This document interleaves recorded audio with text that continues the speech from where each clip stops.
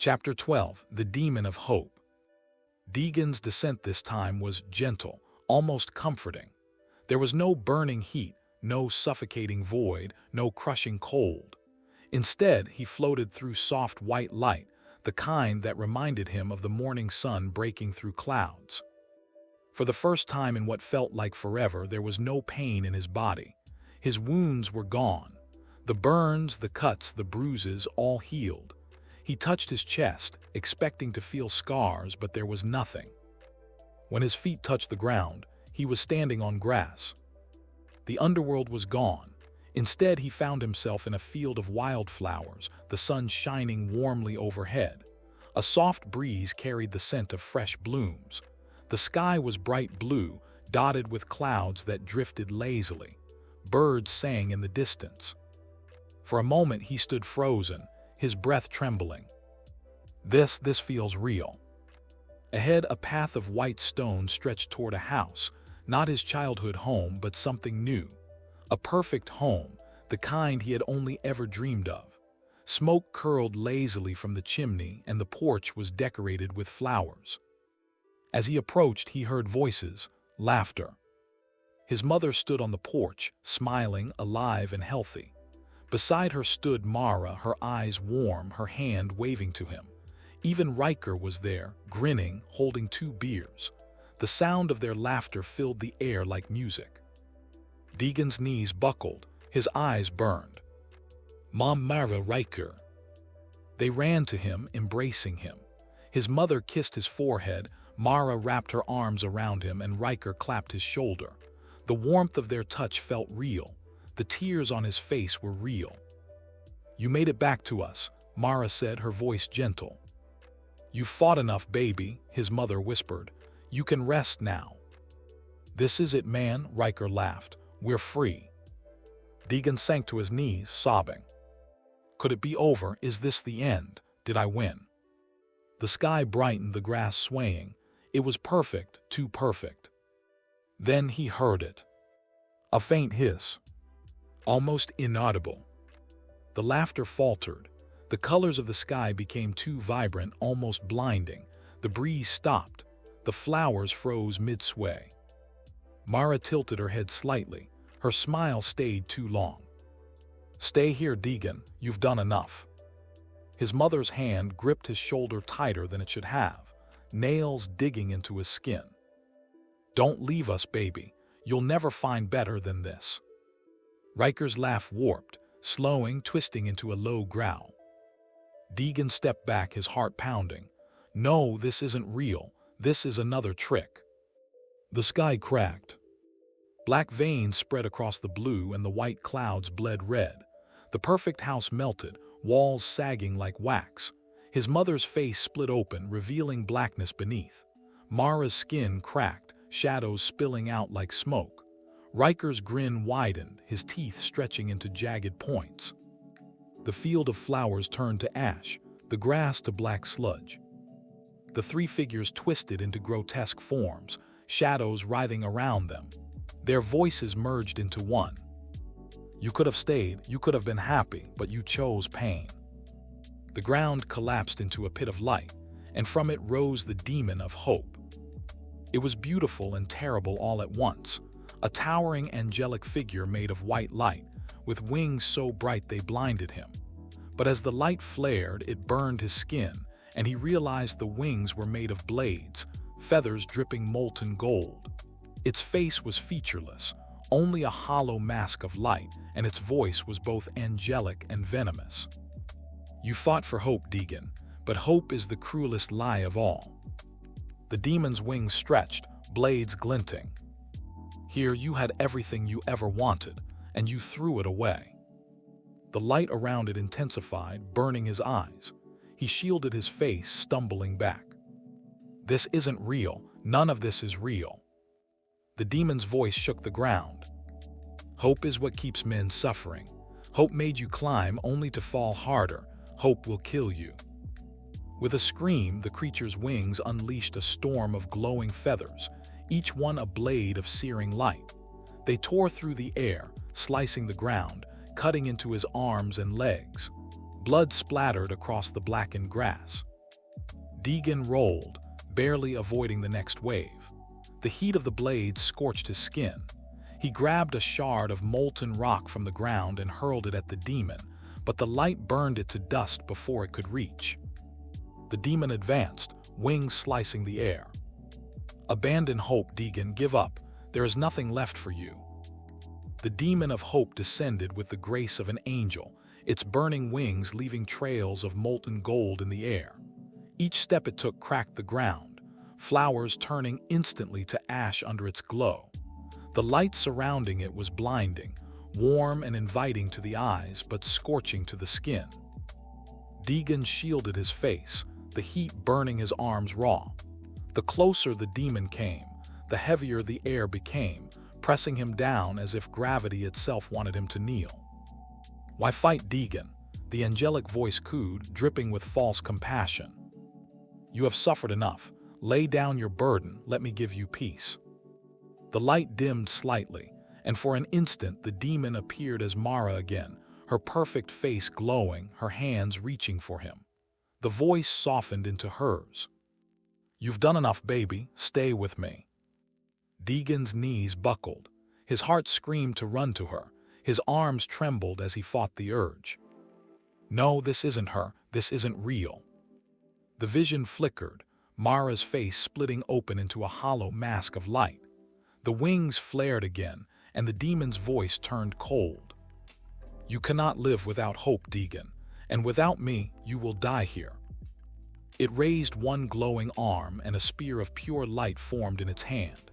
The air hissed as the weapon burned, brighter and brighter until it was blinding. With a sound like a scream, the demon hurled it. Deagan dove aside, the spear slicing through the ground and leaving a line of molten fire. The heat seared his leg, the flesh blistering instantly.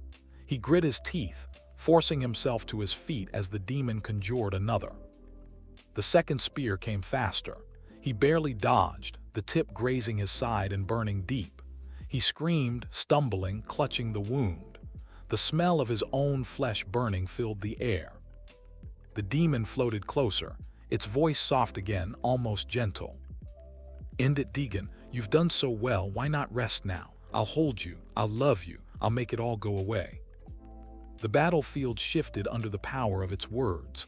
The ash and fire vanished, replaced by a perfect meadow under golden sunlight.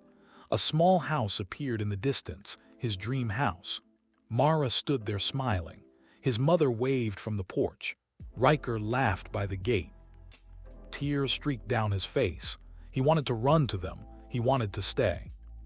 But the voices of hell screamed behind the illusion, faint but real. "It's a lie, it's a trap, don't believe it." His fists clenched. His rage was gone, his love burned away, his hope shattered, but something else rose in its place. Something cold, something unyielding. Deagan roared, tearing his gaze from the illusion. "No, this isn't real. I don't need hope to fight." The illusion shattered like glass, the golden meadow burning away. The demon shrieked, its light flickering.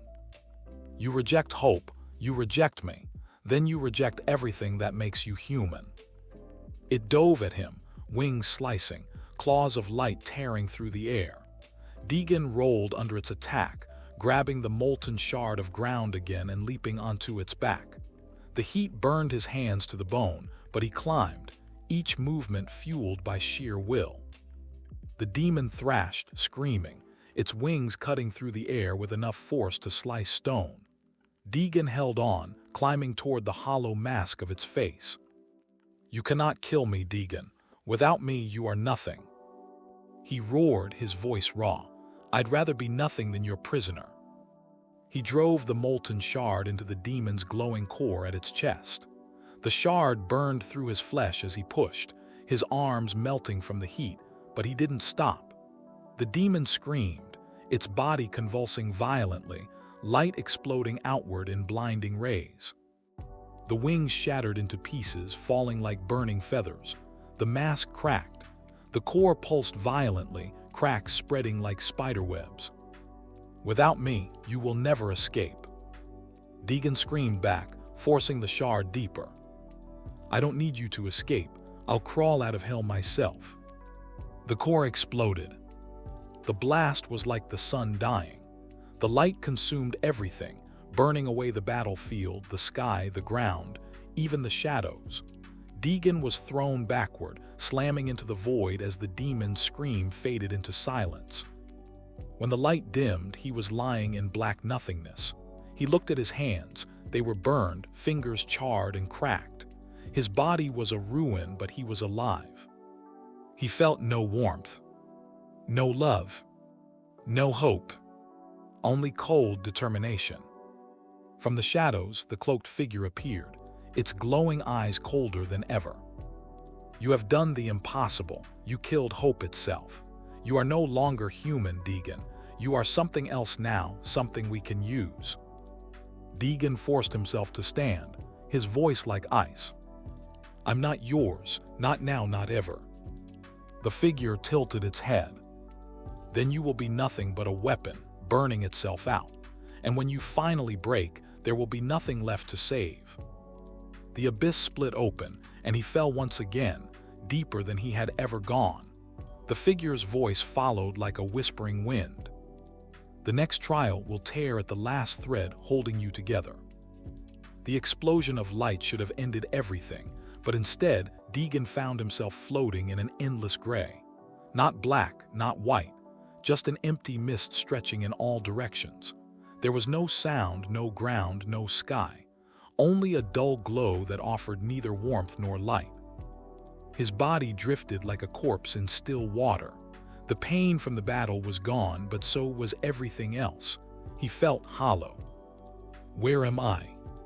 A voice, faint and distant, slid through the mist. "Deagan." He turned, and out of the fog stepped figures, not demons, not twisted monsters, but the people he had lost. His mother, Mara, Riker. They were whole, smiling, reaching out to him. "You did it," Mara said softly. "You're safe now," his mother added. "You don't have to fight anymore," Riker laughed. Deagan's hands trembled. "You're not real. I killed hope. You're just pieces of me." The figures didn't vanish. They moved closer, their eyes empty, their smiles fixed. "Why fight when everything is gone?" Mara whispered. "Stay with us," his mother urged. "You'll never get out," Riker sneered, his smile twisting. The mist thickened, wrapping around his legs like water. It dragged him downward, pulling him into the gray. He thrashed, but there was no surface to grab, no ground to push off from. The fog swallowed him whole. When the mist cleared, Deagan was lying on a hospital bed. The white ceiling above him was blindingly bright. The steady beep of monitors filled the air. A nurse leaned over him, her voice warm. "You're awake, Deagan. You made it back." Tears filled his eyes. He sat up, his wounds were gone. His body was whole. His mother rushed into the room, sobbing as she hugged him. Mara was there too, alive, smiling. Riker laughed in the corner, raising a beer. "It's over, I'm back."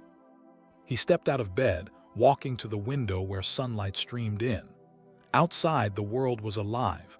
Green trees, blue skies, people laughing. It was perfect. "This is what I fought for." Then the window cracked. The sky outside rippled like water. The trees twisted into black vines. The nurse's face melted into a hollow mask. His mother's arms became chains that tightened around his neck. Mara's smile split unnaturally, stretching across her face. "You never left." The hospital dissolved into ash, revealing the void again. His mother's arms were gone. Mara's twisted face dissolved into mist. Riker's laugh became a screech. The chains reappeared, but this time they were cold, binding his chest like a cage. A voice deeper than the cloaked figures rumbled through the mist. "You think killing hope frees you. It traps you. You are now in the ashes of what remains. Nothing grows here." The chains crushed his ribs. His vision dimmed. He tried to scream, but no sound came. "I can't move." The mist thickened, pressing into his mouth, his lungs, his soul. This was worse than pain, worse than fear. It was nothingness, eating away at him piece by piece. "Stay here," the voice whispered. "Stay where there is no suffering, no love, no hope, just the quiet." The weight crushed him, dragging him deeper. His heartbeat slowed. The chains tightened until everything went dark. In the endless black, one sound remained, a faint beeping. The hospital monitor. Far away, distant but real. The spark flickered inside him, so small, almost gone, but still there. Not yet. With a roar that tore his throat raw, he ripped the chains apart, light bursting from his chest. The mist recoiled, hissing. He climbed upward, dragging himself out of the gray void with sheer willpower. The world cracked, shattering around him like glass. He emerged, collapsing onto solid ground. His body was shaking, burned, bleeding, but alive. The cloaked figure stepped out from the remaining mist, its glowing eyes dimmer than before, almost wary. "You killed Hope, and yet something inside you still burns. What are you becoming, Deagan?" Deagan forced himself to stand, his voice hoarse, ice cold. "Not yours." The figure tilted its head. "You are no longer a man. You are something that defies even this place, but defiance cannot last forever." The void cracked open beneath him, swallowing him into the next layer. The figure's voice followed, softer now, almost curious. "Will you still burn when there is nothing left to burn?"